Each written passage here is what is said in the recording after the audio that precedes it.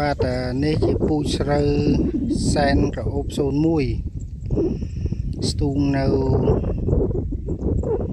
ភូមិតាកែវឃុំពីមទាតដូចគ្នាដែរគឺជាប្រភេទស្រូវកុងត្រាដែលយើងស្ទូងដោយម៉ាស៊ីនហើយស្រូវនេះបាទដល់ដំណាក់កាលបែកគុំហើយបងប្អូនអាចមើលបាន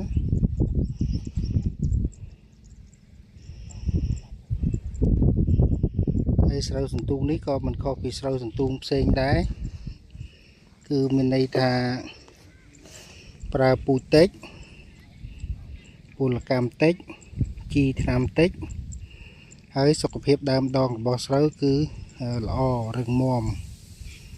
ឈ្នះនឹងជំងឺបាទជាស្រ័យបងស្រូវសន្ទូងនេះសែនក្អូប01មែនទេបាទបាទហើយសែនក្អូប01បងធ្វើស្រូវសន្ទូងនេះបានហាត់ដែរបងទៅទូងនឹងបានអានោះដល់6ហិកតាខ្លះ4 7ហិកតា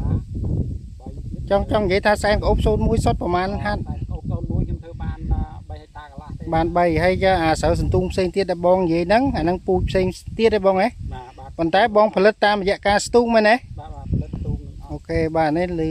គាត់បានមានប្រសាសន៍ហើយគឺស្រូវសន្ទូងហើយមើលជាក់ស្ដែង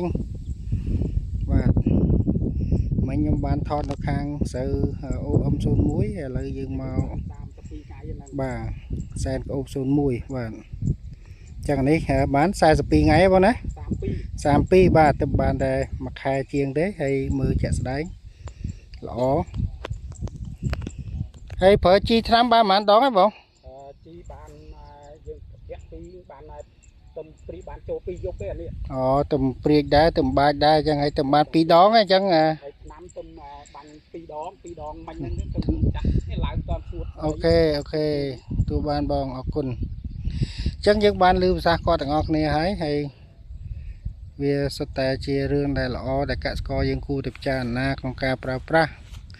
ការស្ទូងជំនួសឲ្យការព្រួសស្រូវដែលយើងធ្វើកន្លងមកបាទហើយមើលជាក់ស្ដែងទៅតែ1ខែទេប៉ុន្តែ